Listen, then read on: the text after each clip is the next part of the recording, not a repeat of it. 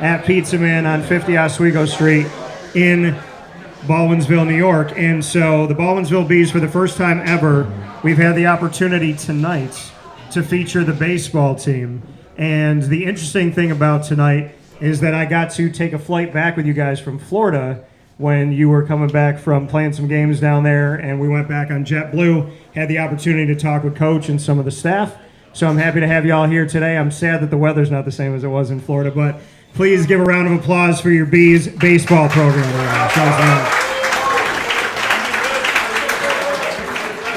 And we are here first and foremost with Nate and Hudson. And Nate, you got the mic first, so how are you, sir? How you doing? I'm great. Thanks for having us. Absolutely. Happy to have you. And I got to say this about the logo, and Coach, don't kill me for saying this, but I love what you guys did with I love the baseball logo. Well, how do you guys feel about it? I love it. I love that we changed up the regular Beeville Bee. We made it into our own thing, our own program, and I enjoy it. I also like that we decided to cut out Long Island on our T-shirt. I think that was pretty sweet, you know? Yeah, I think that this was represent the upstate guys. Purposeful there, that the island is not there. I think it is. I've never had it confirmed, but right. I'd like to believe it. Where's Coach at? Where's Coach? Can we see, where is he in the... I'm seeing some nods from the coaching staff. Coach, was that your idea to take out Long Island? It was. All right. Well, you know what? Upstate New York doesn't get enough love. And whenever I tell people I'm from New York, like if I get in an Uber in any state, they say, where are you from? I say New York. 99.9% of the time, the Uber driver goes, oh, and gives me an attitude. And I go, no, upstate New York. And they go, oh, how are you? And they're very nice about it. So can we clap it up for upstate New York and remember that we exist too? Give some love for upstate. Give some love to upstate. We deserve it. All right, Nate. So bring me into Florida, since that's when I got to see the team coming back from some time with my mom. So how was Florida? It was great. It was my third time down at Florida with the team. Had a great room this year. It's a lot of fun. It's always a great experience. I was glad I got to play this year. Last year I was sick for most of the trip, and that was a bummer. I was dead, as they like to say, for a good 4 days in my parents' hotel room. So what? I mean, you just had like cold? I got strep and the flu at the same time. At the same time, when you were down in Florida. Yeah. So you got to be on the field this time instead of having to watch. Yep, I got to go to all the Disney parks and enjoy the time with the teammates. We bounced around on the buses all day. It was a great experience. So bring me into your favorite moment down in Florida on the field and favorite moment off the field, and then I want to hear from Hudson. My favorite moment off the field was definitely going to Epcot and getting pizza. I'm a huge pizza guy. Everybody knows that about me. I was ready for it from the very beginning. That was the highlight of my trip, was going down and getting pizza from Epcot. Well, I will tell you from working at Disney that if you think Epcot pizza is good, you will find far better pizza in your travels. I actually went to Italy when I was a sophomore 2 years ago. I just came back 2 days ago. I find that even the pizza in Epcot is really? What my favorite is. Yeah. Between Italy. Where did you go in Italy? I was in Rome for a couple days, had a bunch of pizza in Rome. I was down in Pompeii for a day, and then went up to Florence. Okay, see, if you had gone to Napoli, that's where pizza originated from. That margherita pizza, like I would fight somebody in the Roman Colosseum for that pizza. So your favorite thing was Epcot off the field. Favorite thing on the field? My favorite thing on the field was getting hyped up in the dugout with my teammates, trying to get an opportunity to pitch. Been a position player for the past 4 seasons, and it was our last game, last inning. Dugout was pretty low energy at that time, and we had a chance in the 7th inning to get me in for one pitching appearance, and everybody got up, and it was nice to see the support from my teammates. So you finally got to do it. Good moment for you? Well, we failed. We failed to do it. But, yeah, it was a good effort by everybody, and I appreciate that from everybody. I got to warm up in the bullpen, and then after the game, I went out to the mound and threw a ceremonial last pitch. Okay, all right, I like that. Hudson, how are you? I'm doing pretty good. So my favorite moment off the field in Florida this year, I went for the last 2 years, but it was doing the rides. I never used to be a big roller coaster guy, But when I finally went to Cedar Point, I really got into the roller coasters, and that was the best part. I love all the roller coasters down there. Magic Kingdom, Epcot's got a great ride. Guardians. Coach Plata gives me a lot of crap for not waking up at 6 a.m. to go with him. He was very disappointed in me, but I did end up going later that day, and it was probably my favorite ride at Disney. Okay. And honestly, my favorite part on the field was being able to play catch 'em. Even though it was a scrimmage, it was a championship caliber game. Like it was something I haven't felt at all that year, and it was like just being able to play that good of a team down there. We didn't win, but being able to do that was unbelievable. You said that you didn't get up at 6 a.m. with which coach? Coach Plata. Okay, and why? And so getting up early so that they could be first in line for Guardians, was that the whole plan? Yeah. He wanted us to get up, 6:30, get on the bus to Epcot and head over there. But I couldn't do it. I was frozen in bed that morning. Did anybody do it? Yes, there was a lot of people that did, and he was very disappointed in me when I did not show up to the bus stop. How long did you have to wait? Because they got rid of the virtual queue, which you could wake up at 7 o'clock in the morning, hit the button, and then you find out when you're going, and then you can get through pretty quick. They don't have that anymore. They have the standby line. So how long, since you didn't get up early, how long did you have to wait in line? I think it was 2 hours, but it went by very fast. There was a lot of good memories we were making in the line. We were just screwing around doing teenager stuff, and that it just flew by for me. So it wasn't a problem. Nate, did you get up early? I didn't get up early. You didn't get up early? Okay. Okay, by round of applause, how many guys actually got up with Coach? All right, there's a few. How long did you guys wait? 5 minutes. What was it? 6 or 7 minutes? 6 or 7 minutes. And you had to wait 2 hours. Yeah, but I got to spend the time with my teammates. It was air conditioned in there, so it wasn't a problem at all. So how many of your teammates slept through? And I mean, besides, because Nate, you went later. I went later. Okay. So how many of the teammates ended up going with you? There was plenty of us going later. But yeah. 2 hours isn't bad. No, we were having a good time. It didn't even feel like 2 hours, to be honest with you. But that was probably the longest we had waited for a ride there. So you like roller coasters now. Is Guardians, and for those that don't know, it's an omni coaster. So it goes forward, backward, side to side. So you're moving separately from the people behind you. The music changes depending on, there's 6 different songs, so you could get anything randomly. And there's an IMAX screen that's around you while you're fighting this thing. I consider it the best ride, arguably, that I probably have ever been on. Is it your favorite or no? I would probably say so. I mean, it wasn't the most it was a very exciting ride, don't get me wrong, but I feel like the rides at Cedar Point is kind of a different thing. Yeah. I think the rides at Disney are more for the experience. It's a lot of fun to do, but the rides at Cedar Point, for example, are a lot more of a thrill. That I wasn't scared to get on that ride. I enjoyed it. It was more of an experience rather than a thrill. Did you guys go to every park? Yeah. I think we went to every single one, and I did all the the main roller coasters. So Epcot, you heard Nate say it's all about Epcot. What was it for you? Epcot. One night we had curfew. I think it was 9:30. We were out at Epcot, and we got pizza from one restaurant, and then we were still so hungry, and we had a lot of meals left, and we ended up hitting the barbecue restaurant at like 9:10. We had to eat quick, get out of there as soon as possible, and then we ended up waiting in a line to get on the glider back over, and we ended up meeting some cool people on the way back. So what hotel did you guys stay at? Caribbean Beach. Caribbean Beach, all right. Yeah. One of my favorites of all time. So who was, Hudson, in your opinion, who was the loudest person past curfew on this trip on your team?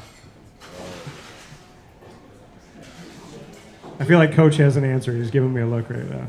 I don't really know. My room was very quiet. Like there was just 3 of us, and we all kind of kept to ourselves. But okay, who would you consider to be? I would the probably loudest? say Joe Warner. Joe Warner was probably the loudest, Okay, most obnoxious person on the trip. most obnoxious person on the trip. You said. Okay. I'd say that. Okay, who was the quiet, like the one that you didn't even know when he came into the room?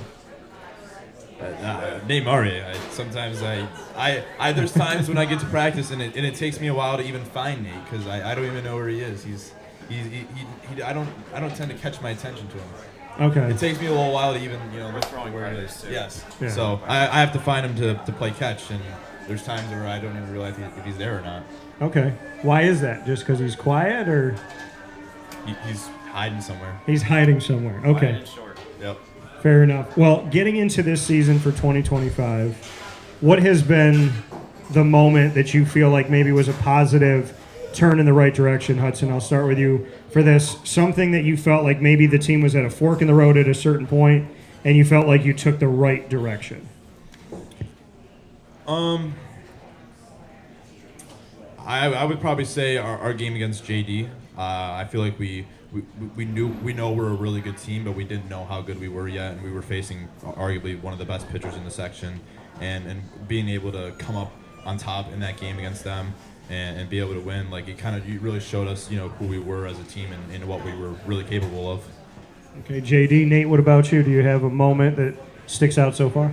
I'd say it came just last week against CNS. We played them on Monday, and then we had a rematch against them at OCC on Wednesday. And we dropped a tough one on Monday. We didn't hit well, struck out 13 times. We had a solid start from Ben Lee in that game, but we couldn't string together the hits around him. And we were left pretty down in the dumps after that game. And I think it really speaks to the resiliency that we have this year, that we had Joe Warner go out and give us a fantastic start that day. We had some timely hitting by a couple of our guys. We strung everything together. We battled. We had to win on a walk-off. We gave up a few runs in the sixth on some timely hitting from them, so we had to overcome some battles that game, and we just had timely pitching, timely plays, and we put it all together. I think that's a key win for us this season for sure. I love that. And one of the wins that's coming, I was talking to your head coach about this, is the fact that now that we're seeing like flooding down the street behind us, we have had a lot of rain in central New York. I was in Italy for 10 days. I just got back a couple days ago, and from everything I was seeing back at home, it was raining. And then I got home and it was raining, and it's continued to rain. We know that turf is an important thing. We know that that's going to be coming here very soon. What does that mean to you that Beeville is going to be able to unveil that before we see it in other parts of central New York? It's huge. I think for my entire baseball career, Coach Pennefather's been saying something. My dad used to be on the school board for a while, and he always used to pester my dad about getting turf, and I know he's very excited about that. Thinking about last season, too, we had a lot of games early in the year that we definitely couldn't have played if we had that turf, and it's going to be huge for our program going forward, being able to develop players the way we like, getting out onto the field more, getting them more on-field reps. It's going to be big for our program. What do you think about it, Hudson? The fact that we're going to see that as we're seeing the Erie Canal run through Baldwinsville right now. I mean, let alone like right now we've had a couple of games canceled, and I think we're playing 8 games in 10 days. If we have a turf like say we had it this year, we're able to play those games, and we don't have to stack so many games up at once. And but just for the future, having that turf before everyone else, like people are going to look to play you. And as a player, I want to play the best teams, and teams are going to want to play you. They're going to want to beat you, and let alone on your own home turf before they even have that. It's great, and being able to practice on a turf, having that available to you, it's crucial. Yeah, and I do want to say this too, because we talked about the logo before. There's so many different versions of it. There's different there's sweatshirts, T-shirts, and whatnot. I mean, I feel like you guys are onto something here with the Bees. It's probably one of the coolest logo kind of a little change to it, a little tweak to it. Probably one of the coolest things that I've seen. And when you look at AAA baseball clubs and you look at kind of those unique logos, I think you guys could have that AAA cool logo that people would buy. What do you think, Hudson? Oh yeah, I think I give a lot of credit to our coaches for putting a lot of effort in, and I think this year I saw it this year, it just came out, and I was like, this is one of the coolest things I've seen, and I had to get it, so. Yeah, it's awesome. It's unique. Well, we're gonna do, before we get into rapid fire, we're gonna do Tell Me Something Good, and we'll talk about Coach in a second. But Hudson, I want you to tell me something good about Nate. Something good about Nate. He's the nicest kid on the team. You know, he has some quiet comments that you were like, wow, I really didn't expect Nate to say that to me. But Nate's always going to have your back. You know, he always looks out for everybody, and you may not realize it, but Nate's there for you. So you said the nicest on the team. Yes. There's a couple chuckles here. No, because like I said, there's times where Nate Marier might say something to you, you're like, did Nate Marier just say that to me? And you might have thought Joe Warner would say something like that to you. Okay. Fair enough. Nate, tell me something good about Hudson. Hudson and I are both left-handed hitters. This year at our winter practices, I got the chance to hit with Hudson, who's a more experienced hitter than I am. He takes his hitting craft very seriously, and I get to step into the cage with him every day in the indoor center, and he gave me a lot of pointers, a lot of tips how to develop a routine in the cage with the tee. A lot of tee work together with Hudson, a lot of flip work. It was good. It was great being able to learn from one of the better hitters on our team. I love that. And improve my game. Right around the corner and off the screen is Coach Penafeather. I want you to tell me, Nate, something good about your head coach and your coaching staff. The thing I love about our coaching staff is that, especially Coach Penafeather and Coach Wellman, I've known them since I was 7 years old, and they're trusted adults to me. They're Trusted adults. Those trusted adults that they talk about at school. That's Coach Penafeather and Coach Wellman. They're like fathers. I love that. Coach Wellman was my first little league coach when I was 7 years old, and Coach Penafeather's been there the whole way as well. Coach Pallada's the guru of pitching as well. He's the guy. I don't know if he wants stuff said about him with his head in his hand, but Coach Pallada's the guy for pitching. Fair enough. I like that. Trusted adults. That is a statement that we've been here for like 5 years at Pizza Man. No one has. Reason why he's number 3 in the class. I was gonna say. That's the right thing to say. It is. I mean, we've done this. We've done the Baldwinsville show for I think 5 years now, and I've never had the term "trusted adults" used to describe a coach. So I like it. All right, Hudson. I want to know my coach. My favorite thing about the coaching staff is how much they actually care about us. They put in a lot of work for us. You look at some of the other schools. You don't really realize how much our coaches actually do, because when I go to practice, it's kind of just like an expectation. Those coaches, they just do it. And then when I talk to other people that I know around the league and like realize what their coaches do for you, you can really take it for granted. So I really appreciate our coaches and everything that they do for us. And my favorite thing about Coach Penafeather is his one-liners. Just some of the random stuff that he says at practice is just it makes me rethink some, like, what did he just say? So he has great one-liners. Yeah. Just in the moment. Yeah, Does it have to do with anything that's going on, or it's just like out of left field? Oh, it's say we're not doing the best, and he brings us all in together, and he just rather not, but he brings us all together, and it's kind of hard to laugh in a very serious moment like that. I have to keep it to myself, and it's like wow. Well, Hudson, before we get to rapid fire, I was told that you are an athletics fan. Yes, go A's. Now, there's this really interesting thing. If you go and you look up the 30 Major League Baseball franchises, they all have their city name. The Athletics don't have a city right now, so it just says Athletics because they're leaving Oakland. They're an hour away at a AAA ballpark right now. They're supposed to be in Vegas in, I think, 2028, but there's no, like, concrete. They're leaving a stadium, but they don't necessarily have a stadium, so they're not in Oakland, but they're still in California, but they may be in Vegas. Yeah, so we're playing in Sacramento right now. Yeah. We're just the Athletics. I don't. Listen, he could probably play and help them right now. Let's be real about that. But like you said, that the Athletics do have a better record than the Yankees right now. The Athletics are 20-16. The New York Yankees are 19-16. I just compared the payrolls of all the money that the Yankees pay their players. Just look at that. But back to the Athletics. It's I like the idea of going to Vegas. It's a lot cheaper to go to Vegas than Oakland. Yeah. In California. So being able to in the future, have my own job. It's something I'm gonna like. I could go for a weekend if I wanted to, rather than California would be like a once in a lifetime opportunity. Yeah. Well, I mean, the A's want to leave California apparently, so you don't Yeah. have to worry about that. No worries now. All right, Nate, who's your team? What do you got? I'm a Yankees fan. You are a Yankee fan. So the A's technically right now in this moment have a better record, which is crazy to say, but it's true, very early on in the season. So bring me into being a Yankee fan and what you would like to share, because I think one of your coaches said if we mention the Athletics, what happens? Is he doing push-ups, or what did you say? Pitchers are doing push-ups because you mentioned the Athletics. Okay, so Yankees, why a Yankee fan? Thoughts on the Yankees?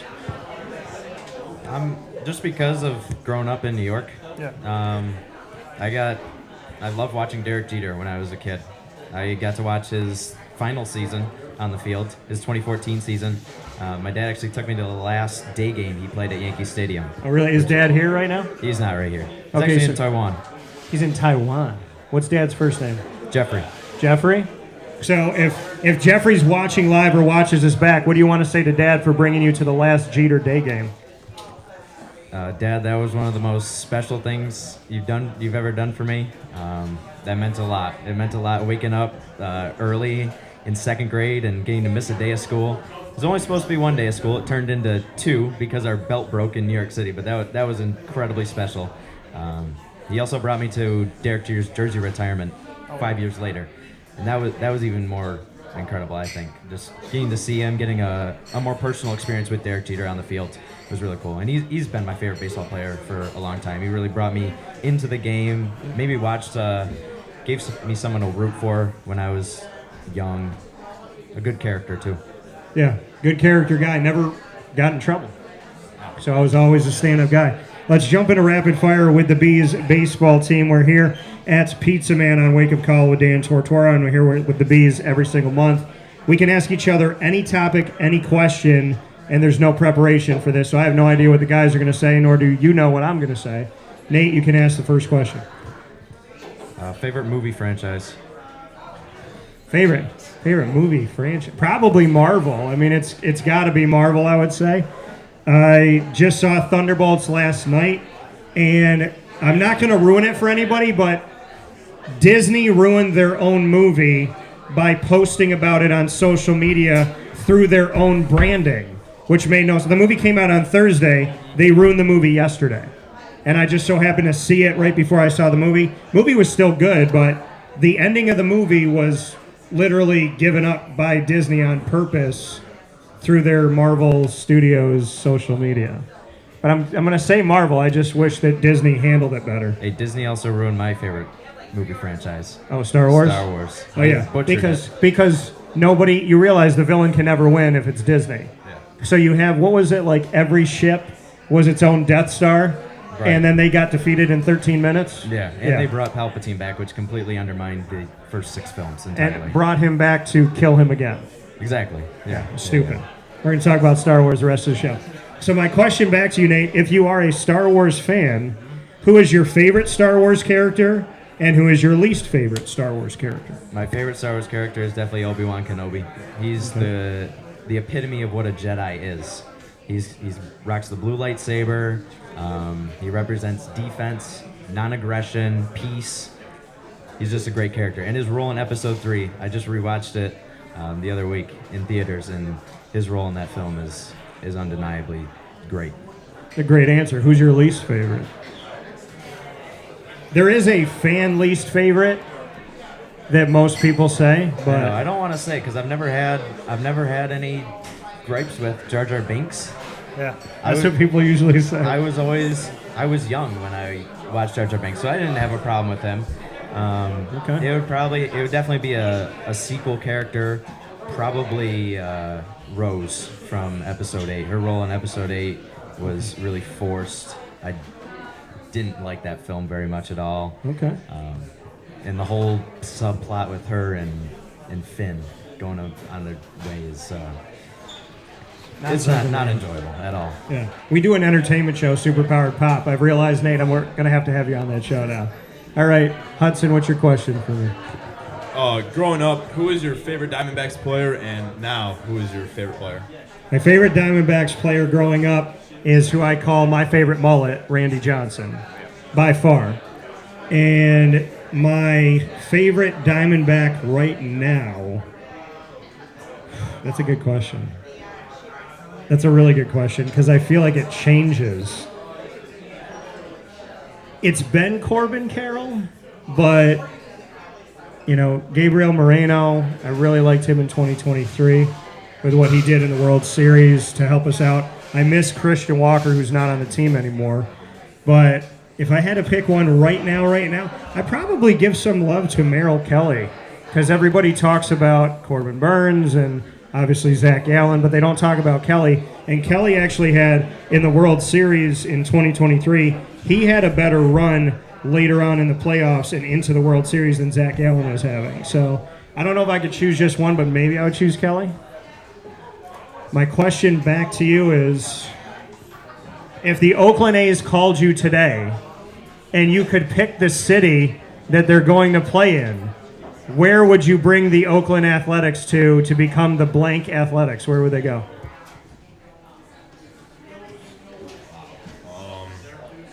I'd obviously want something local, but obviously Syracuse isn't big enough. So I think for the Athletics, it's big enough.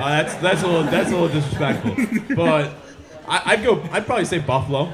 It's not too far. You can get games all the time there. I mean, weather's probably pretty crap, but it's not, I'd love to live in a city where I can watch the Athletics every single day. The Buffalo Athletics. It'd be cool to see the Bills Mafia take on another team. Oh, yeah. Bills Mafia, because they got the Sabres, too.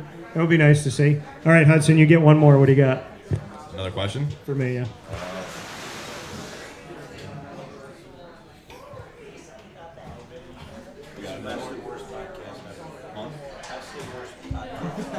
All right, this one's from Coach Penafeather, but what is the best podcast and the worst podcast ever? Is that you saying for me like that I've done who was my worst guest? Is that what you're saying? I mean, you can take it either way. Okay. Best one would probably be. That's tough. I love them all, but I would probably say broadcasting from Rome and broadcasting from the Isle of Capri live this past week was insane to broadcast from Italy. And so I would say those are my best in the moment. My worst moment doing a podcast, I'm not going to say the guy I interviewed, but he has 12 children from 11 different women. And you could probably figure out who it is. He played in the NFL. But before I did an interview with him, he looked at my shirt and he didn't think my brand name shirt was good enough for him.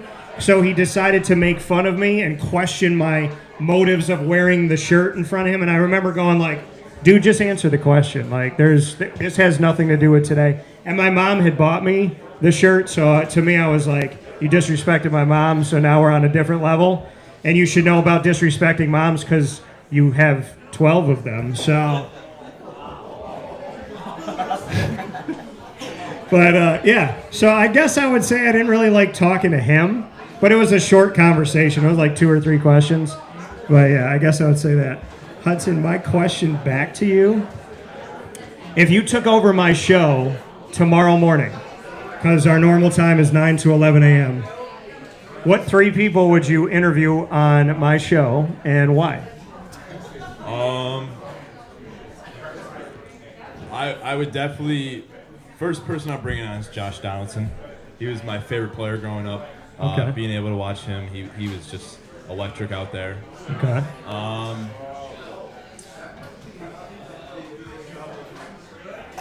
My favorite TV show is The Rookie. It's on ABC.